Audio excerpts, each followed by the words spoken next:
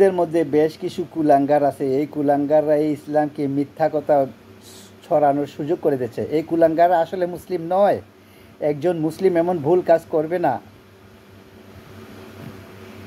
মুসলিম শব্দটার অর্থ হচ্ছে যে ব্যক্তি তার নিজের ইচ্ছাকে আল্লাহ তাআলার কাছে সমর্পণ করে। মুসলিমদের মধ্যে এই কুলাঙ্গাররা হচ্ছে আসলে নকল মুসলিম। নাম হতে পারে মোহাম্মদ, জাকির, আবদুল্লাহ, সুলতান ইত্যাদি। নাম দিয়ে আপনি মুসলিম হবেন না, আপনি মুসলিম হবেন কাজ দিয়ে। আল্লাহর কাছে নিজের ইচ্ছাকে সমর্পণ করলেই আপনি মুসলিম হবেন। তাহলে এই লোকগুলো সবচেয়ে কোনো মুসলিম নয়, কারণ তার নামগুলো মুসলিম।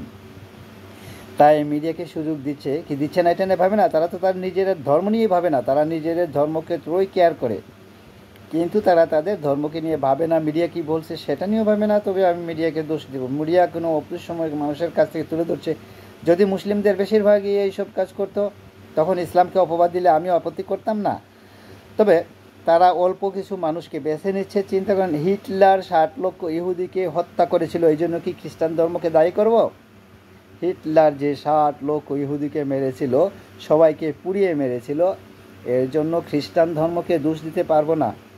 কারণ বাইবেলের কোথাও লেখা নাই যে তোমরা 60 লক্ষ ইহুদিকে হত্যা করবে, এমন কিছুটা ভুল হবে। সেই জন্য আমি এইসব কুলাঙ্গারদের চাইতে মিডিয়াতে বেশ যে প্রত্যেক গোত্রই কিছু কুলাঙ্গার খুঁজে পাবেন।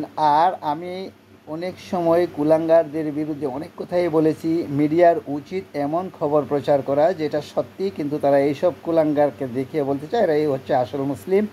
তারা এভাবে বলতে পারে যে এই মুসলিম চুরি করেছে, তারা মাত্র 1 জন, 5 জন, 10 জন, আর মুসলিমদের সংখ্যা 100 কোটিরও বেশি, এইভাবে বলে কোনো সমস্যা নেই।